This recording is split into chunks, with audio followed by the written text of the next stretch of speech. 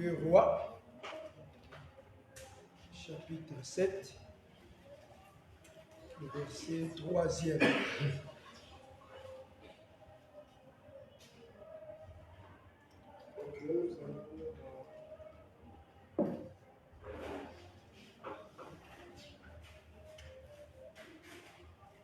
Très vite, frère.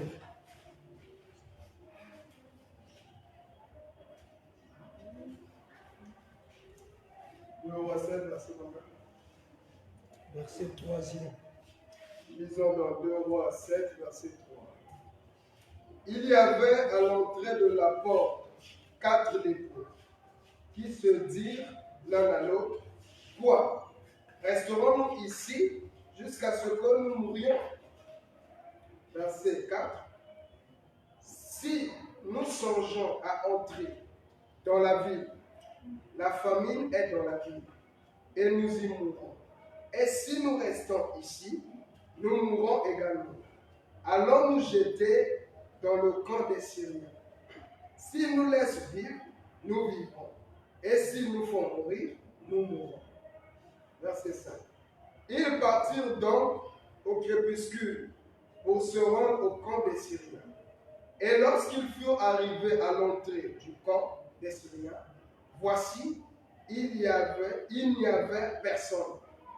Verset 6. Le Seigneur avait fait entendre dans le camp des Syriens un bruit de chars et un bruit de chevaux, le bruit d'une grande armée, et ils s'étaient dit l'un à l'autre: Voici, le roi d'Israël a pris à sa solde contre nous les rois des Étiens, les rois des Égyptiens, pour venir nous attaquer.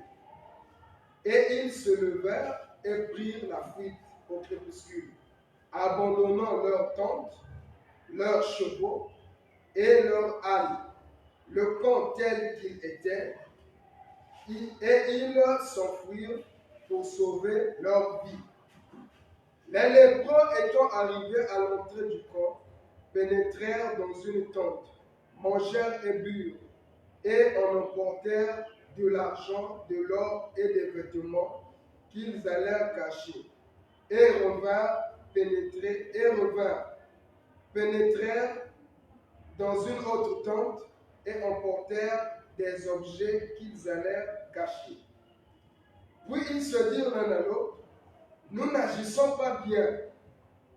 Cette journée est une journée de bonnes nouvelles. Si nous gardons le silence, et si nous attendons jusqu'à la lumière du matin, le châtiment nous attendra.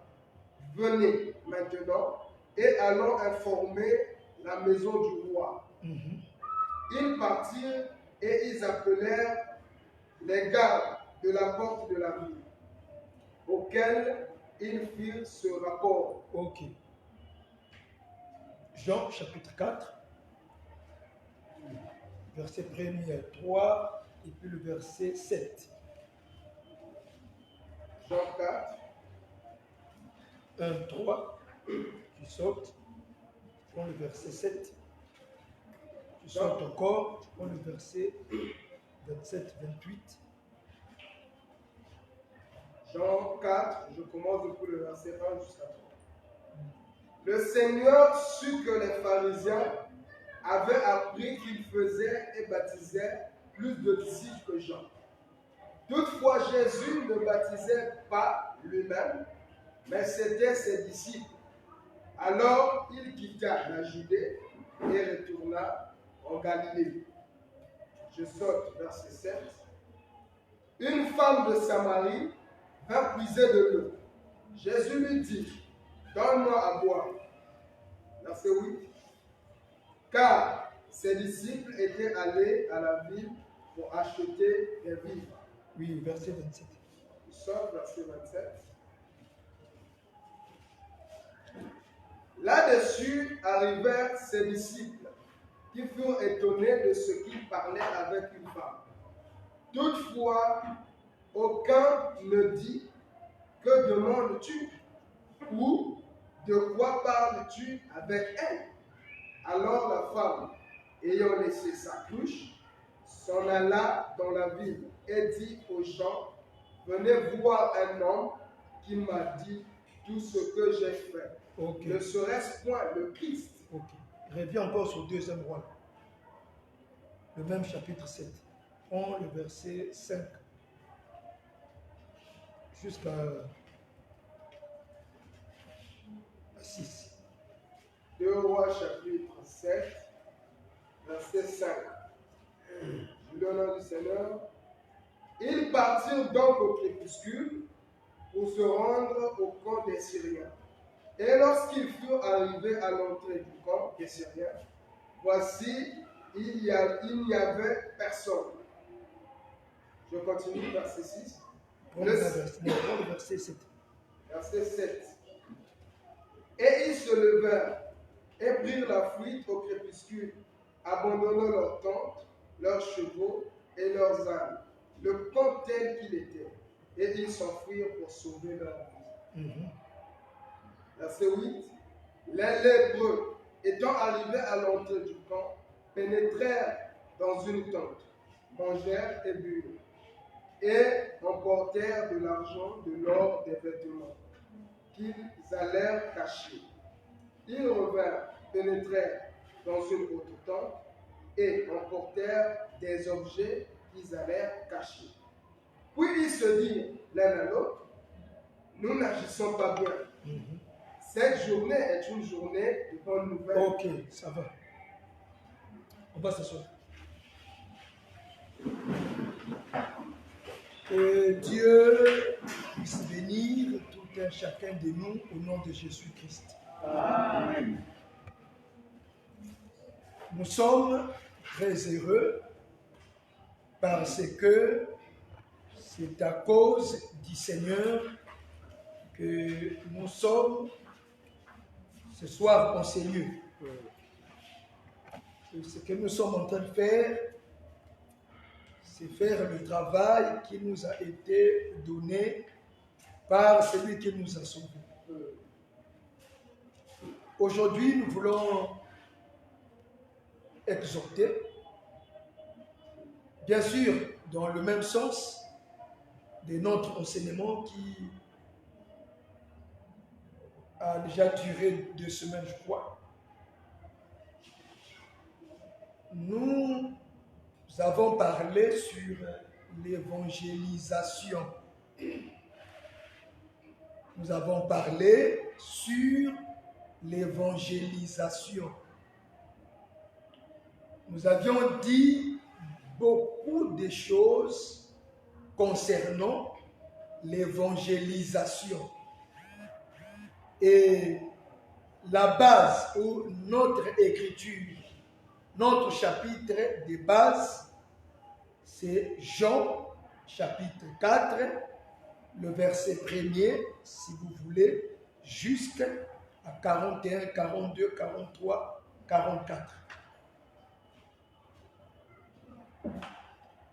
Mais puisque Dieu, c'est un enseignant, quand il veut enseigner, il parle toujours à son peuple pour leur transmettre quelque chose de juste qui va les édifier.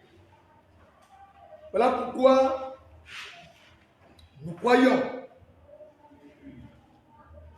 avec le Saint-Esprit que Dieu a donné à son peuple la connaissance et la bonne compréhension au sujet de l'évangélisation. Nous avons vu plusieurs aspects et nous avons compris que c'est quoi l'évangélisation, et on ne parlerait pas de l'évangélisation s'il n'y a pas d'abord l'évangile. Et c'est l'évangile qui est témoigné. Et quand l'évangile est témoigné, en ce net moment, on peut dire qu'il y a l'action de l'évangélisation. on ne peut pas parler de l'évangélisation si au départ on n'a pas l'évangile. Quand l'homme reçoit l'évangile, et quand un homme évangélise, il ne témoigne pas son nom, il n'annonce pas sa propre parole, mais il témoigne, il annonce l'évangile qu'il a écouté, qu'il a reçu, qu'il a cru.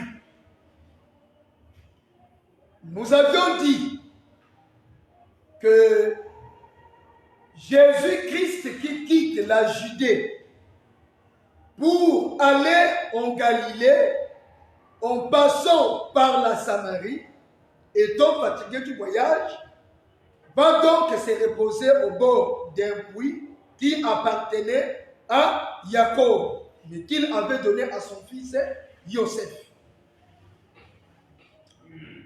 Ce mouvement, ce geste, cet acte était toute une prophétie. Mais on avait dit que nous ne voulons pas parler de la prophétie, nous voulons rester terre à terre pour communiquer au peuple de Dieu l'amour, le goût, le souci, la volonté, la bonne compréhension et la joie de l'évangélisation. Avant que cette écriture de l'évangélisation puisse s'accomplir ou puisse se manifester dans notre vie, on a d'abord montré que Jésus-Christ, homme, quand il était dans la chair, il était en train d'évangéliser. Qu'est-ce qu'il avait fait? C'est ce voyage-là. Il quitte le sud d'Israël pour se rendre au nord d'Israël. Et il vient seulement se reposer à côté d'un puits. C'est là où la femme samaritaine aussi, sortant de la ville, elle venait pour puiser de l'eau. Et finalement, il y aura donc rencontre entre Yeshua et la femme samaritaine. Et la femme samaritaine va démontrer qu'il n'y a pas de relation entre eux, les Samaritains et les Juifs. Et donc, elle ne peut pas donner de l'eau à boire à Yeshua qui était un Juif. Yeshua va donc lui dire, si tu connaissais le don de Dieu, et qui est celui qui est devant toi, ça serait à toi de lui demander de l'eau à boire. Et lui, à son tour, il t'aurait donné de l'eau à boire qui coulera pour l'éternité dans son sein pour que tu ne viennes plus puiser de l'eau ici. Dans leur causerie, la femme va être frappée des paroles et des vérités que Yeshua lui avait dit, ce qui concernait sa vie. À cause de ça, elle va laisser sa cruche pour aller dans la ville, dire aux gens de la ville que venez voir un homme qui a dit tout ce qui me concerne. Ne serait-ce pas le Christ? Et à cause de ce que la femme avait dit, il y a eu des gens qui vont donc sortir de la ville pour venir voir Yeshua qui était assis au bord de ce puits. Et là-bas, ils vont encore et ils vont maintenant écouter Yeshua parler. Ils vont croire. Nous avions dit que si la Samaritaine n'avait pas écouté Jésus-Christ, il n'aurait pas la capacité d'aller témoigner Jésus-Christ. Alors, le voyage de Jésus vers la Samarie, c'est le voyage d'Élohim qui quitte l'éternité pour entrer dans le temps afin d'annoncer l'évangile pour que les hommes soient sauvés. Nous avions dit, la femme samaritaine, selon les Juifs, était une païenne. Donc, quelqu'un qui ne connaissait pas Dieu. Et l'évangile n'avait pas été envoyé pour eux. Mais le fait qu'elle va rencontrer l'évangile, finalement, elle va croire. On a expliqué que l'évangile, c'est ce que Paul a expliqué dans Romains chapitre 1, le verset 1er, jusqu'au moins verset 3 à 4. Paul, serviteur de Jésus-Christ, appelé à être apôtre, pour annoncer l'évangile de Dieu. Cet évangile de Dieu avait été promis par Dieu au travers les prophètes dans les saintes écritures. Il dit, cet évangile concerne son fils, Jésus-Christ, né selon la chair, déclaré fils de Dieu par l'esprit de sainteté qui était en lui les ressuscitant d'entre les morts. On a bien compris que l'évangile, c'est la personne du Seigneur Jésus-Christ. Et donc, quand Christ vient s'est rencontré avec cette femme samaritaine, c'est l'évangile qui est venu frapper. L'évangile est venu vers cette femme qui était ignorante et égarée. Et dès lors que la femme a écouté l'évangile, du coup, elle a fait l'œuvre de l'évangélisation à son tour. Dans Genèse, chapitre 1, on expliquait, le verset 2e, la terre était informe et vide, il y avait des ténèbres à la surface de l'abîme, mais l'esprit de Dieu se mouvait au-dessus des eaux. Donc, il y avait d'abord des ténèbres, et Elohim va constater le règne du ténèbre. Il va donc faire déplacer la lumière qui était dans l'éternité pour qu'il entre dans le temps, afin que la lumière puisse maintenant éclairer là où les ténèbres étaient en train de régner. Donc, la lumière qui vient, c'est un mouvement du Seigneur Jésus-Christ qui quitte l'éternité pour venir évangéliser. On a donné un autre exemple dans le même livre de Genèse chapitre 1. La Bible dit, Elohim va faire les deux grandes luminaires. Le soleil pour présider le jour, le soleil pour éclairer la terre. En d'autres termes, la terre était ténébreuse, la terre était engloutie par le ténèbre, mais pour que les ténèbres puissent fuir ou libérer la terre, il faut que le soleil puisse faire son apparition. Et quand le soleil apparaît, il effectue donc un voyage, un déplacement. Il quitte l'éternité pour entrer dans le temps. Et quand le soleil s'élève, c'est pour faire fuir les ténèbres. En ce net moment, quand le soleil éclaire la terre, c'est que le ténèbre n'a plus l'influence sur la terre. Cette terre-là devient comme la femme samaritaine, et la lumière, c'est Jésus-Christ. Jésus-Christ, c'est lui l'évangile. Jésus-Christ, c'est lui la parole, comme on avait dit dans Jean chapitre 1, verset 1er. Au commencement était la parole était avec Dieu et la parole était Dieu. Tout ce qui a été créé par la parole. En elle était la vie, et la vie était la lumière de tous les hommes. Et Yeshua, dans Jean chapitre 8, verset 12, il va dire, je suis la lumière du monde. Ah, donc nous comprenons, l'évangile, c'est la lumière.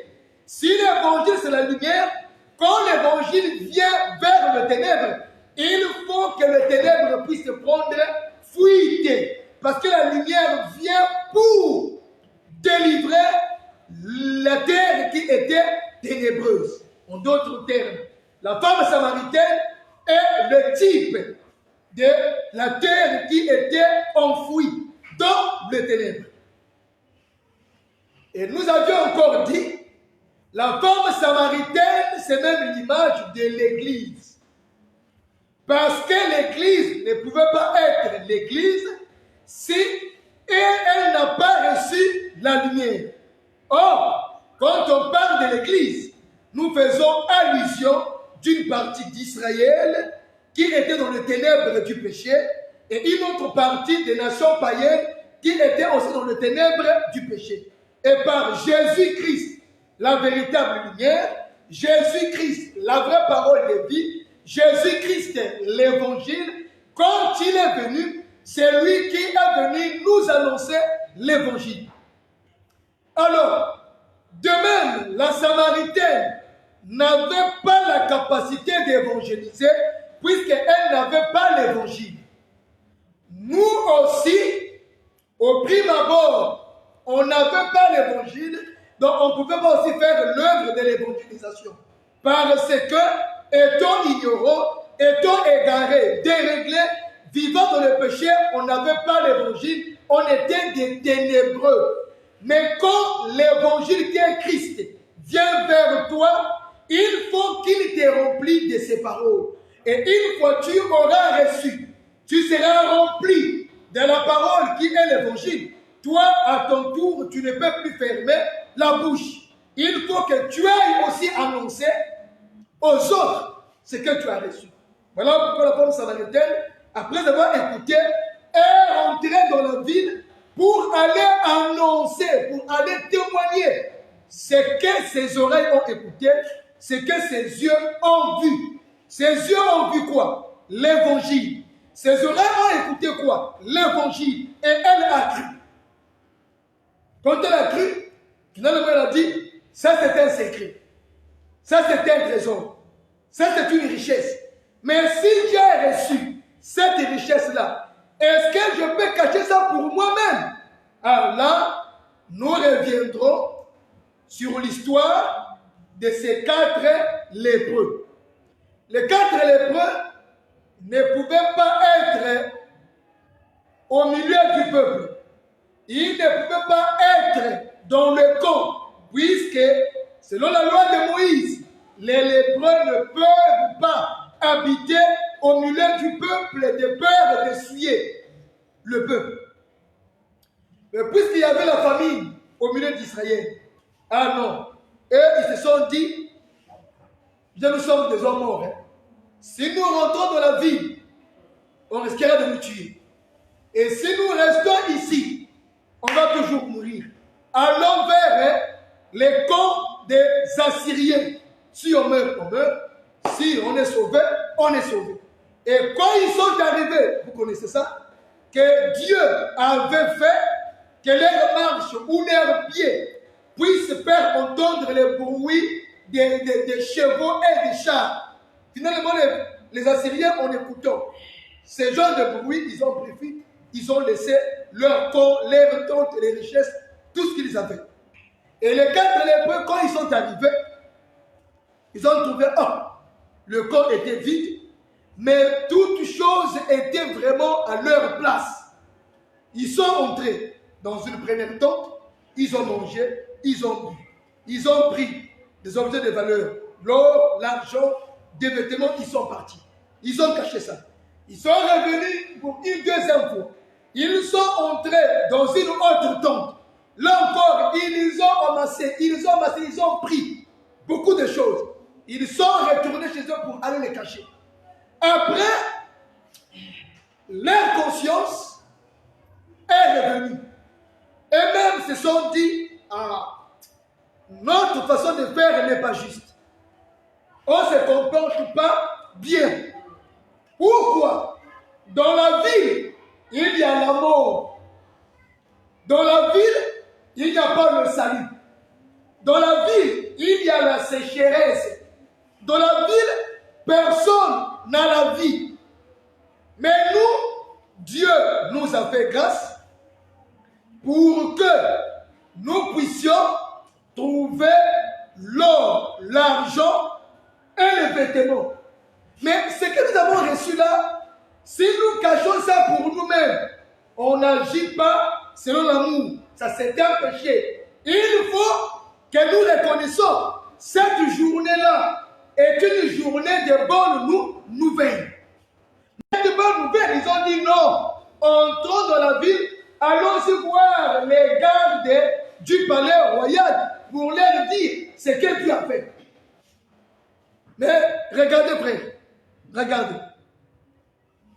Les 4 lépreux ne pouvaient pas aller dire aux gardes du roi s'ils n'ont pas eux-mêmes reçu l'or, l'argent, la nourriture et les vêtements.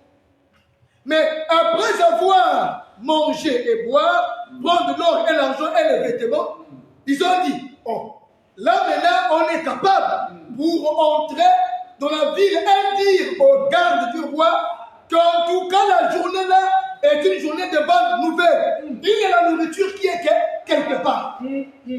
Or, ce que les 4 lépreux ont vécu, c'est ce que la femme samaritaine aussi a vécu. La femme samaritaine ne pouvait pas aller évangéliser sans pourtant être revêtue. Parce que Jésus-Christ, c'est tout un vêtement. Jésus-Christ, c'est toute une nourriture. Jésus-Christ, c'est la vie, c'est la lumière. Mais on ne peut pas aller annoncer Jésus-Christ si on ne l'a pas rencontré, si on ne l'a pas écouté. On ne peut pas évangéliser si on n'est pas d'abord rempli et nourri de la parole. Est-ce que vous comprenez? Voilà, non? C'est comme ça.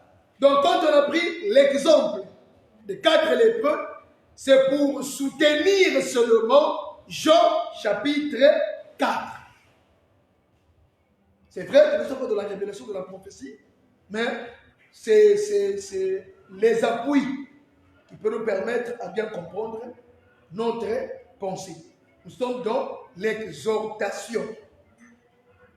Maintenant, regardez frère. Quand Jean-Baptiste était vivant, dès son vivant, il a été appelé la lampe qui a brillé pendant 1 heure. Et il a dit, je ne suis pas le Christ, mais j'ai été envoyé devant lui. S'il dit qu'il n'est pas le Christ, c'est qu'il a voulu dire que ce n'est pas moi l'évangile, ce n'est pas moi le salut, ce n'est pas moi la lumière qui vient pour éclairer les hommes pécheurs. Est-ce que vous suivez? Mais au moins il a rendu témoignage. En d'autres termes, on ne peut pas annoncer, on ne peut pas témoigner, on ne peut pas dire aux hommes que regardez un autre homme né dans le péché. Voilà pourquoi, quand nous prêchons, nous annonçons les hommes comme nous, disons qu'il faut croire à eux, ça, ce n'est pas l'évangélisation. Ça, c'est le satanisme, c'est la sorcellerie ambulante. Est-ce que vous comprenez? Quand Jésus-Christ est né, les anges sont venus visiter les bergers pour leur dire aujourd'hui, dans votre ville, il y a un sauveur qui est né, qui vient de naître. Dans votre ville, il y a un sauveur qui venait de naître. Et ce sauveur-là était né où? Il était né à Bethléem.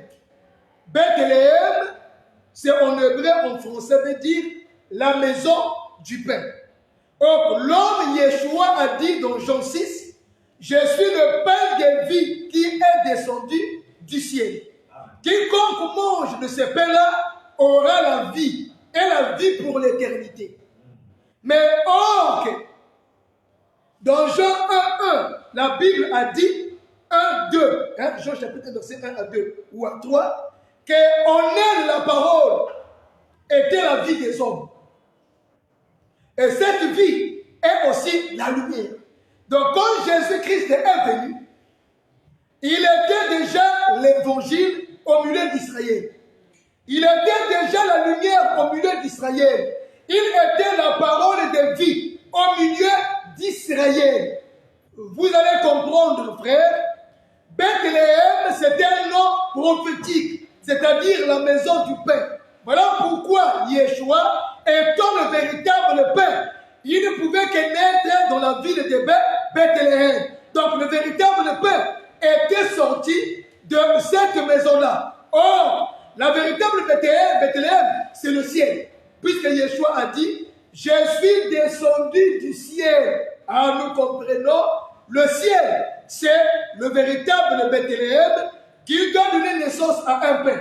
Et quand le pain descend à Jérusalem, à Bethléem, c'est la parole de vie qui quitte le ciel pour venir dans le monde afin de nourrir et de communiquer la vie à ceux qui étaient morts par rapport à leur état de péché. Vous comprenez? Amen. Voilà pourquoi quand il faut témoigner, c'est Jésus-Christ qu'il faut témoigner. Maintenant, du vivant de Jésus-Christ, il n'y avait pas encore l'action de l'évangélisation. Vous comprenez? Quand Jésus-Christ a envoyé les 12 apôtres, les 12 disciples, qu'il a surnommés apôtres, il leur a dit, n'allez pas vers les païens, mais allez seulement vers les brebis perdues de la maison d'Israël. Est-ce que vous comprenez? Pourquoi? C'est parce qu'il n'était pas encore mort. Voilà pourquoi l'évangélisation n'avait pas encore commencé. Donc Jésus fait la femme samaritaine, c'était une prophétie. Jésus qui quitte le ciel, il vient sur la terre, c'est une prophétie. Maintenant, écoutez frère, du vivant de Jean-Baptiste, la Bible a dit, c'est vrai, que dès ces moments, Matthieu 4, 17, dès ces moments, Jésus-Christ commençait à dire aux hommes, répentez-vous, car le royaume des cieux est proche. Il a répété la prédication de Jean-Baptiste dans Matthieu chapitre 3, verset 1 jusqu'à 7, 8. La Bible dit, quand Jean-Baptiste va mourir, Jésus-Christ va maintenant effectuer un déplacement. Il va quitter là où il était pour aller vers les territoires de la Galilée des païens ou des gentils. Et l'Écriture dit, le peuple qui était assis dans les ténèbres, qui était dans l'ombre, la vallée de l'ombre de la mort, va voir une grande lumière pour les éclairer. Ça aussi, c'était seulement des mouvements prophétiques, mais qui a trouvé leur accomplissement dans les actes des apôtres. Est-ce que vous suivez? On va lire. On prend Luc. Luc chapitre 24. Verset 44, en tout cas 48. Luc 24, verset 44. Le nom du Seigneur. Puis il leur dit, c'est là ce que je vous disais lorsque j'étais encore avec vous, qu'il fallait que s'accomplisse tout ce qui est écrit de moi dans la loi de Moïse, dans les prophètes et dans les psaumes. Alors, il leur ouvrit l'esprit afin qu'ils comprissent les Écritures. Et il leur dit, ainsi, il est écrit que le Christ souffrirait et qu'il ressusciterait des morts le troisième jour, et que la repentance et le pardon des péchés seraient prêchés en son nom à toutes les nations, à commencer par Jérusalem. Marc chapitre 16, 15. Marc chapitre 16, verset 15. Puis il leur dit, allez par tout le monde et prêchez la bonne nouvelle à toute la création. Celui qui croira et qui sera baptisé sera sauvé. Matthieu chapitre 28, verset 19 à 20. Matthieu 28, 19 à 20. Allez, faites de toutes les nations des disciples, les baptisant au nom du Père, du Fils et du Saint-Esprit, et enseignez-leur à observer tout ce que je vous ai prescrit. Et voici, je suis avec vous tous les jours jusqu'à la fin du monde. Ok. Acte chapitre 1er. Prends le verset 7. Acte 1er, verset 7. Il leur répondit, ce n'est pas à vous de connaître les temps ou les moments que le Père a fixés de sa propre autorité.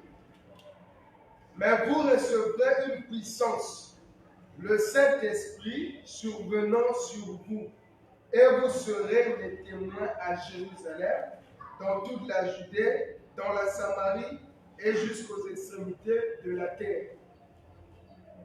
Après avoir dit cela, il fut enlevé pendant qu'ils le regardaient, et une nuée le déroba à leurs yeux.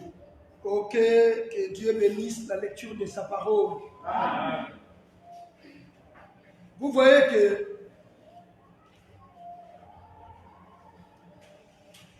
Yeshua va dire aux disciples, en particulier les apôtres, il leur dit que c'est ce que je vous disais quand j'étais encore avec vous. Il fallait que s'accomplisse ce qui est écrit de moi dans la loi, les psaumes et dans les prophètes. Le Christ souffrirait de la part des hommes et il sera ressuscité le 3e jour. Et la repentance et le pardon des péchés sera prêché en mon nom dans toute la Judée, dans la Jérusalem, dans la Samarie et jusqu'aux extrémités de la terre. Il dit, vous êtes mes témoins. Shalom à tous. Shalom. La parole que nous prêchons, nous ne la prêchons pas seulement à vous qui êtes ici, mais à tout enfant de Dieu de par le monde. Tout celui qui reconnaît qu'il a la grâce de Dieu, qu'il a reçu le Saint-Esprit, qu'il est fils de Dieu, c'est un serviteur de Dieu. Et pourquoi il est serviteur? C'est pour accomplir la volonté de celui qui l'a enrôlé. Là, il n'est pas question, il ne s'agit pas du ministère seulement, mais il s'agit de tout croyant, de tout frère, toute sœur en Christ, de tout celui qui a reçu l'évangile. Parce que il est écrit, nous sommes édifiés sur le fondement des apôtres et des prophètes. Donc quand Yeshua donne cette recommandation aux apôtres, c'est à nous qu'il a aussi donné par les apôtres. Écoutez, dans le livre de Jean, je crois 14e, le Seigneur a dit que je n'ai pris pas pour eux, mais j'ai pris pour tous ceux qui croiront en moi par leur parole. Ils savaient qu'il y a des ceux qui vont croire en moi, mais par la parole qui m'appartient, mais qui sera témoignée par vous. Donc déjà, il a donné mandat aux hommes d'aller annoncer, d'aller témoigner, d'aller dire aux hommes que c'est en lui Jésus-Christ que se trouve le pardon des péchés et la repentance. Donc tant qu'il n'y a pas l'évangélisation, il n'y a pas non plus le pardon des péchés et la repentance. Le pardon des péchés, nous l'avons à la croix de Golgotha. Quand Christ est mort, il a dit, tout est accompli. Ça, c'est l'absolu. Mais dans la pratique, il faut maintenant que Yeshua aille vers les hommes qui sont dans le péché pour leur dire, vous avez déjà le pardon si vous croyez en Jésus-Christ. Maintenant, regardez. Pourquoi nous avions dit que du vivant de Jésus-Christ, l'évangélisation n'avait pas encore commencé? Pourquoi on a dit ça? C'est parce que l'évangile, c'est annoncer la mort de Jésus-Christ, son ensevelissement et sa résurrection.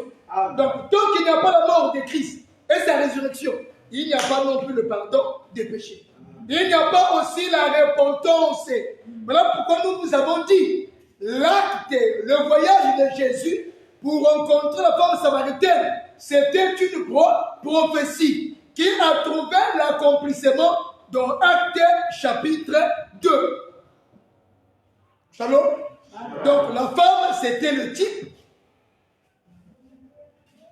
des hommes qui étaient dans la mort de leur âme, qui n'est autre que la vie du péché. Maintenant, puisque dans Luc, il a dit que cet évangile-là ne sera pas seulement annoncé dans toute la Judée ou dans la Jérusalem, ou seulement dans la Samarie, mais il dit jusqu'aux extrémités. Nous ne sommes pas dans la prophétie ou la révélation pour dire que les extrémités, c'est seulement les fils du royaume des cieux. Parce que nous ne savons pas qui est fils du royaume, qui est fille du royaume. Donc, il nous faut aller partout. Vous comprenez? Il nous faut aller partout. On ne sait pas qui est sauvé, qui n'est pas sauvé. Et les sauvés se trouvent où? On sait à tout moment. Si on se disait seulement que les prédestinés, c'est seulement ceux qui viennent ici. Mais ceux qui sont au loin, ils ne sont pas prédestinés. On ne va pas faire l'œuvre de Dieu. Vous suivez, non? Dans le livre de Marc, chapitre 16-15, il dit maintenant, allez partout dans le monde entier, annoncer la bonne nouvelle du royaume à toute la création. Mais moi, je ne crois pas qu'il s'adressait à n'importe qui. Je ne crois pas qu'il s'adressait aux ignorants, aux chiens. Non, non, non. La nourriture des enfants, on ne la donne pas aux chiens. Aujourd'hui, nous ne sommes plus des chiens, nous sommes devenus des purs, des enfants de la maison. Donc, cette recommandation, c'est à nous que Jésus-Christ l'avait donnée. Vous suivez? Dans Matthieu chapitre 28, il commence par dire, tout pouvoir m'a été donné au ciel comme sur la terre. Allez, faites de toutes les nations des disciples, en les baptisant au nom du Père, du Fils et du Saint-Esprit. Les enseigner à observer ce que je vous ai prescrit. Et voici, je suis avec vous tous les jours jusqu'à la fin du monde. Est-ce que vous comprenez? Ça veut dire que nous ne devons pas se dire que l'évangile qu'on a reçu, c'est pour nous-mêmes. On a cru, on a accepté Christ, c'est tout, point barre, c'est fini. Plus question de témoigner. Non. quand tu reçois l'évangile, il faut faire comme a fait les 4 lépreux. Il faut faire comme a fait la femme samaritaine. Est-ce que vous comprenez? Il faut que nous puissions faire le travail que eux, ils nous ont montré.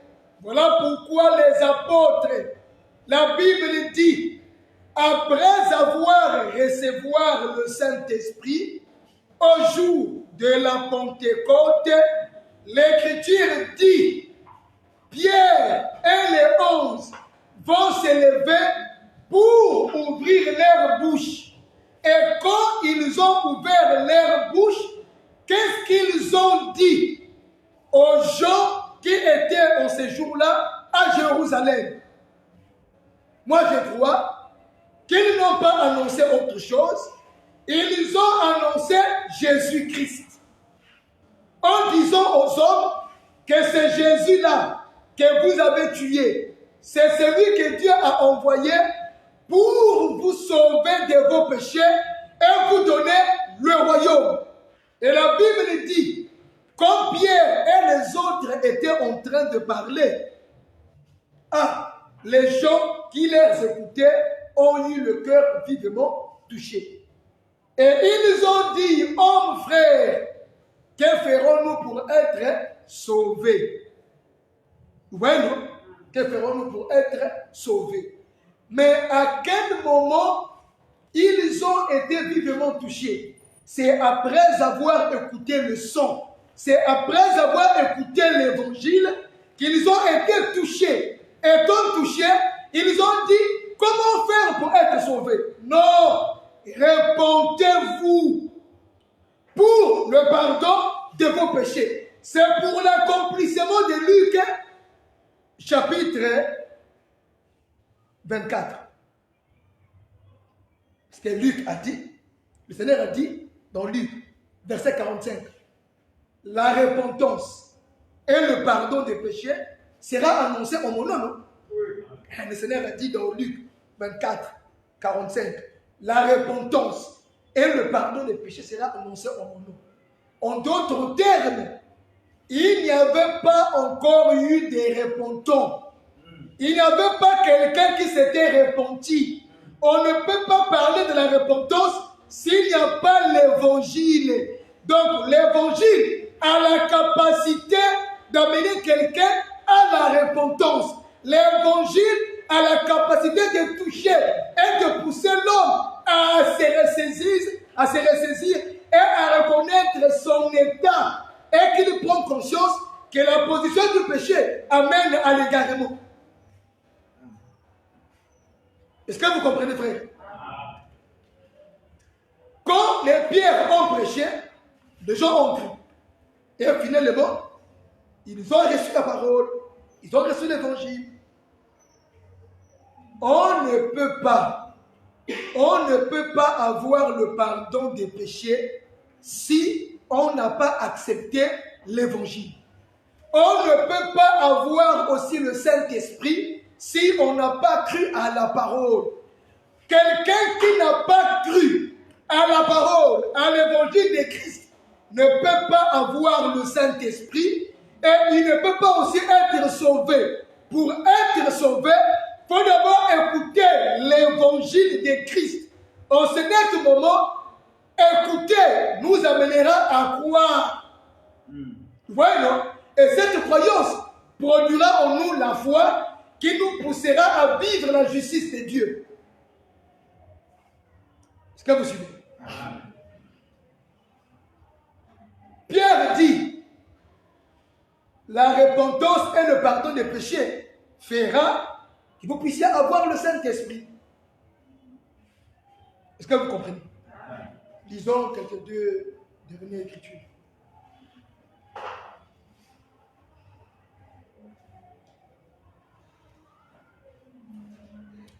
Acte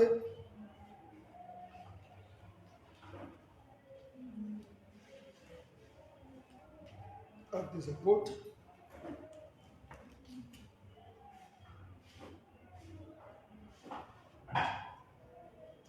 Le chapitre 8e. Le verset 1er. Acte chapitre 8, le verset 1er. Saul avait approuvé le meurtre d'Étienne. Il y eut ce jour-là une grande persécution contre l'église de Jérusalem. Et tous, excepté les apôtres, se dispersèrent dans les contrées de la Judée et de la Samarie. Des hommes pieux ensevelirent Étienne et le pleurèrent à grand bruit. Continue. Saul, de son côté, ravageait l'église, pénétrant dans les maisons, et il arrachait hommes et femmes et les faisait jeter en prison. Ceux qui avaient été dispersés allaient de lieu en lieu, annonçant la bonne nouvelle de la parole. Ok. Prends le verset 8. Verset 8, Non, verset 5. verset 5. Philippe était descendu dans la ville de Samarie, y prêchant le Christ. Les foules tout entières étaient attentives à ce que disait Philippe. Lorsqu'elles apprirent et virent les miracles qu'il faisait. Car des esprits impurs sortèrent de plusieurs démoniaques en poussant de grands cris, et beaucoup de paralytiques et de boiteux furent guéris. Et il y eut une grande joie dans cette ville. Ok. Prends le verset 11. Verset 11. Ils écoutaient attentivement parce qu'ils les avaient longtemps étonnés par des actes de magie. Mais quand ils eurent cru à Philippe, qui leur annonçait la bonne nouvelle du royaume de Dieu et du nom de Jésus-Christ, hommes et femmes se firent baptiser. Simon lui-même crut, et après avoir été baptisé, il ne quitta plus Philippe, et il voyait avec étonnement les miracles et les grands prodiges qui s'opéraient. Ok. Prends Acte chapitre 11, verset 19 à 21. Actes chapitre 11, 19 à 21.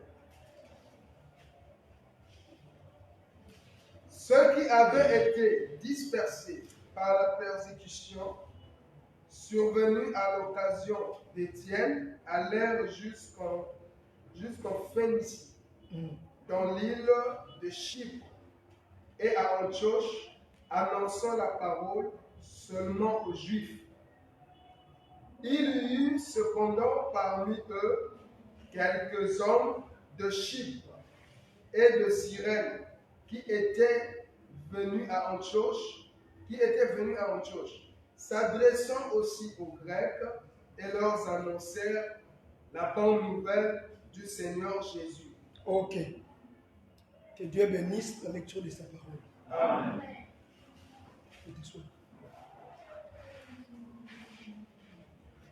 Tout ce que nous avons donné comme écriture, dans Matthieu 28, Marc 16, 15, Luc 24, 1er jusqu'à 46, 47, 48, Actes, également chapitre 1, verset 7 jusqu'à 9,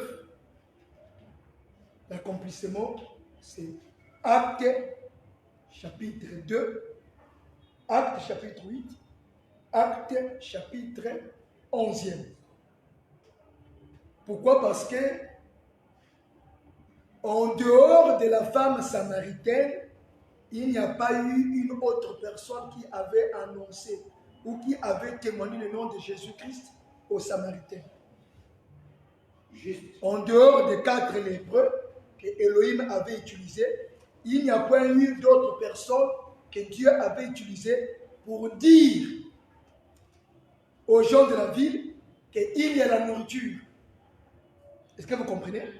Mais les 4 lépreux et la femme samaritaine, ils ont d'abord vu, ils ont écouté, ils ont été remplis. En ce net moment, ils peuvent transmettre ce qu'ils ont reçu.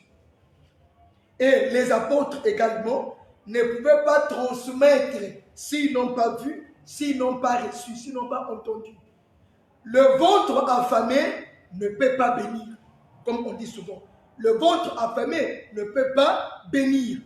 Ézéchiel ne pouvait pas prophétiser s'il n'a pas d'abord reçu le rouleau. Quand il reçoit, on lui dit mange. Quand il mange, en ce net moment, il peut prophétiser. Vous comprenez? Jean, dans l'Apocalypse aussi, 10, il ne pouvait pas prophétiser, il ne pouvait pas parler, prophétiser, s'il n'a pas d'abord reçu. C'est en écoutant, c'est en recevant que nous devenons capables de transmettre ce que nous avons reçu.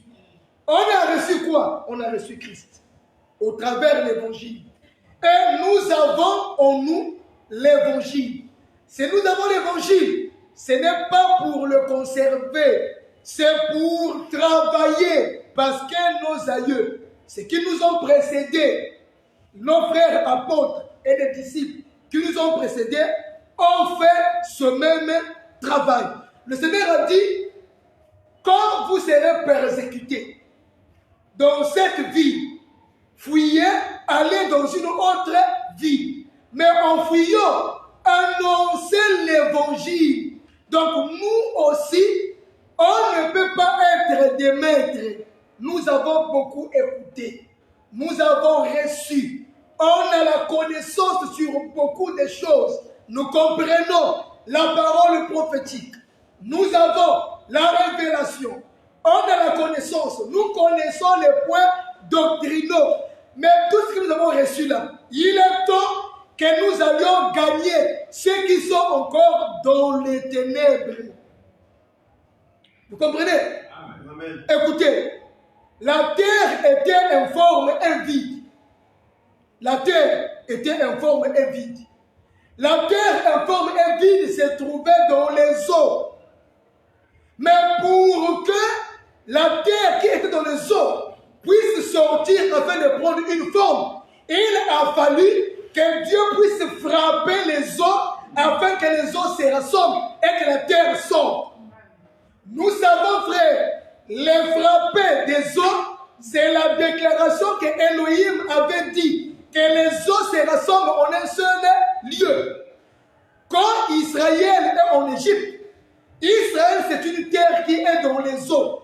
Et quand Elohim par Moïse délivre Israël par la mort de l'animal, c'est ça les eaux que l'Égypte qui est frappée afin que le peuple soit délivré.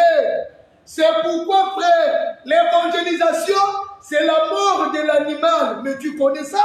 Tu connais que Christ est mort à la croix pour sauver les hommes. Amen. C'est pourquoi nous vous disons les temps de la distraction, les temps de la lutte, les conquérances, la colère, la jalousie, la haine, l'orgueil. On n'a plus le temps là. Nous avons compris, le Seigneur revient bientôt. Nous avons des frères, nous avons des sœurs qui sont prédestinés, mais ils sont encore dans le péché. Il faut qu'ils soient délivrés en écoutant le son. Mais c'est la vérité. Et la Bible dit, le ténèbre était en train de couvrir les eaux et l'abîme. Est-ce que vous suivez? Dans 1 Corinthiens, je crois, 2 Corinthiens, on dirait, le chapitre 4e, on nous parle du Dieu de ce siècle qui a aveuglé l'intelligence des gens afin qu'ils ne voient point briller en eux la splendeur de l'évangile de Christ. Et la Bible dit, qu'y a-t-il de commun entre la lumière et le ténèbre? Il n'y a pas de rapport. Est-ce que vous comprenez, frère?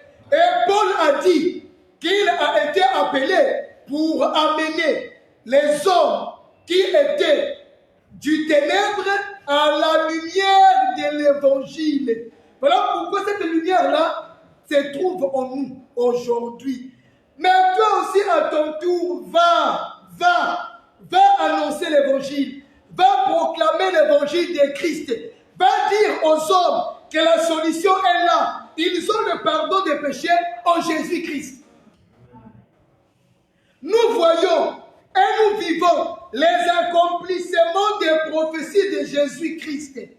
Nous remarquons, nous constatons la vie du monde actuel, on se rend compte qu'en tout cas nous tendons vers l'accomplissement de l'enlèvement de l'Église. Mais c'est le temps de dire aux bien-aimés de rentrer dans le corps.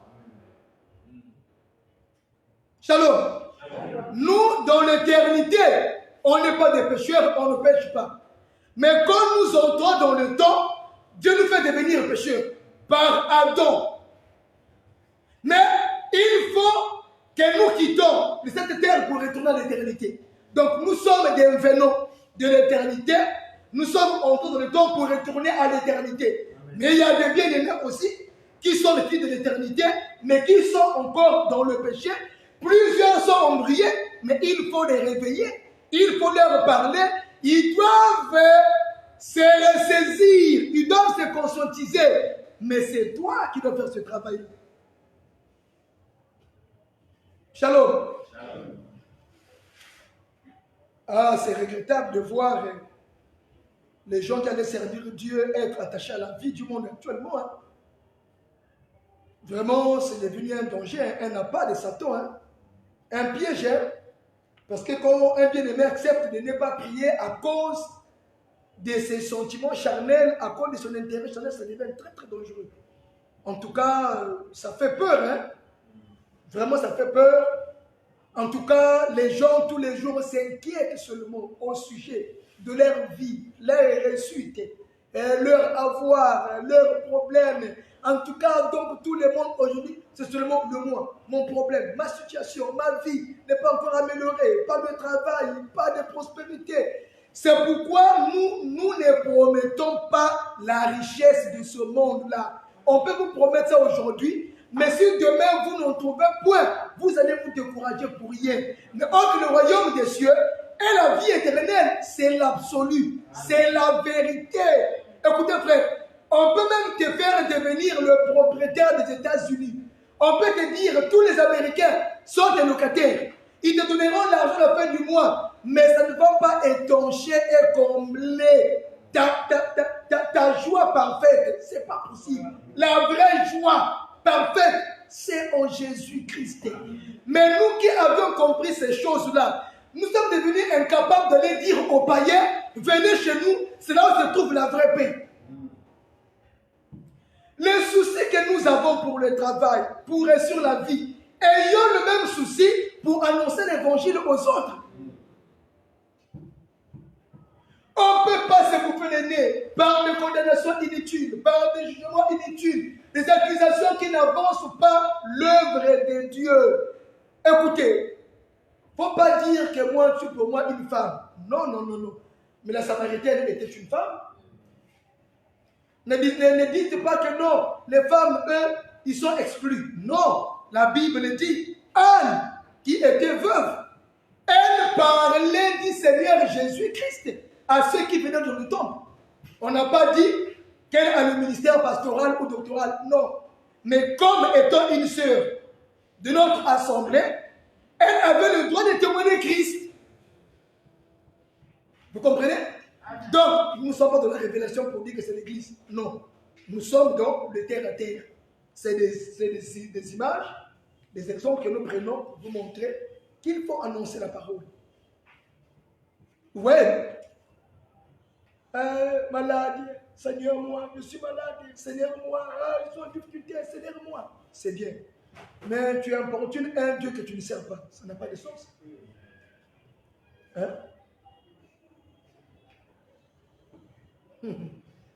Le Seigneur a dit, qui, à cause de ses soucis et de ses inquiétudes, peut ajouter une coudée à la durée de sa vie.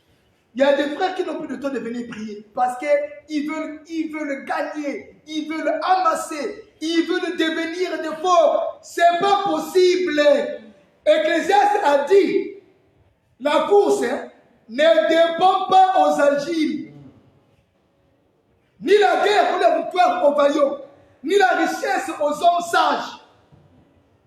Tout dépend pour eux des temps et des circonstances. Or que le maître des temps et des circonstances, c'est Jésus-Christ. Il peut agir là où les gens ne pensent même pas. Il peut faire ce que l'homme n'a pas désiré. C'est pourquoi, ayons d'abord les regards fixés vers lui. Servons-lui. À notre tour, il va nous servir. Amen. Oh. Mais il a dit à Pierre, tu as travaillé toute la nuit. J'ai écouté, j'ai compris. C'est vrai que tu travaillais nuit et dans la nuit. Mais le jour est là. Toi, donne-moi d'abord ta barque. Et puis moi, je vais te montrer là où se trouvent les poissons. Parce que Pierre lançait le filet au côté gauche. Or, le poisson, c'est du côté droit. C'est le secret de Christ.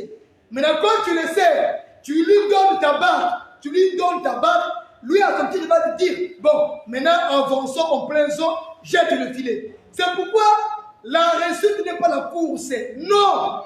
Le problème, la course, c'est dans le Seigneur. Il est écrit, nous devons courir. Mais regarde, chaque fois, c'est les chefs qui sont maintenant vides.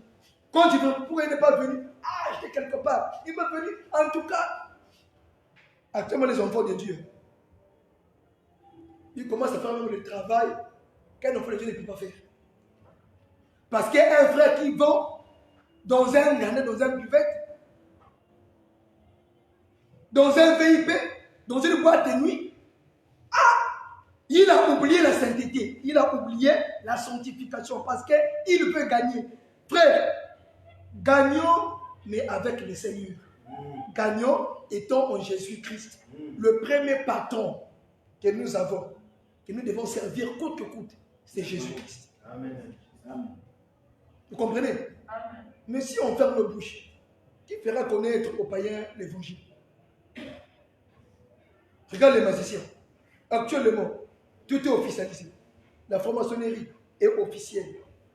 Le guide de Satan sur la terre est officialisé. Tout est officialisé. L'homosexualité. Tu vois que le diable est en train d'évangéliser d'une manière systématique et il gagne tous les jours les hommes à lui. Mais nous qui avions la lumière, nous qui avons l'évangile du salut, pourquoi le diable a fermé notre bouche? Pourquoi on a oublié ça? Qui a dit que toi, c'est parce que tu as déjà mis les enfants, si tu es une mère, tu n'as pas le droit de travailler pour Dieu. Ça c'est être païen, c'est être païenne. Tu ne connais pas les choses de Dieu. Au contraire, tu sois mère, tu sois jeune, tu as la parole dans ton cœur, annonce ça.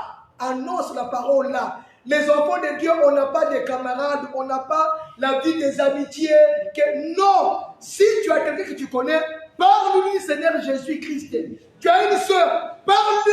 Peut-être que c'est une âme, c'est une brebis du Seigneur, c'est un prédestiné. Parle-lui. Le temps de, tu connais, tu sais. Vous voyez, non? Tu as écouté, tu sais ce qu'ils ont dit. Oh, mais vous savez, ça s'est passé. Ce qui est actuel, c'est aller de l'avant pour annoncer Jésus-Christ. C'est ça.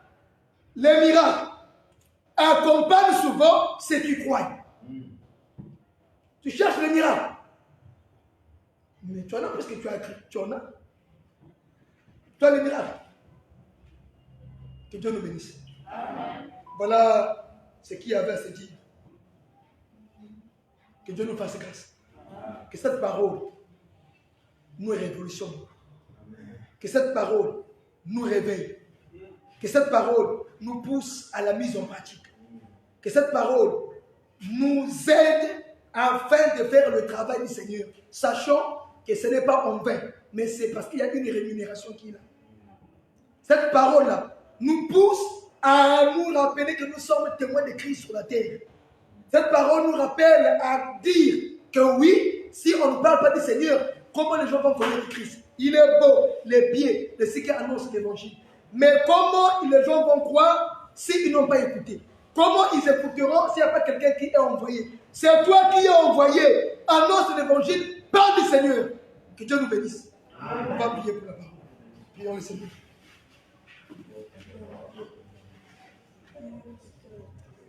Béni soit Dieu, notre Dieu,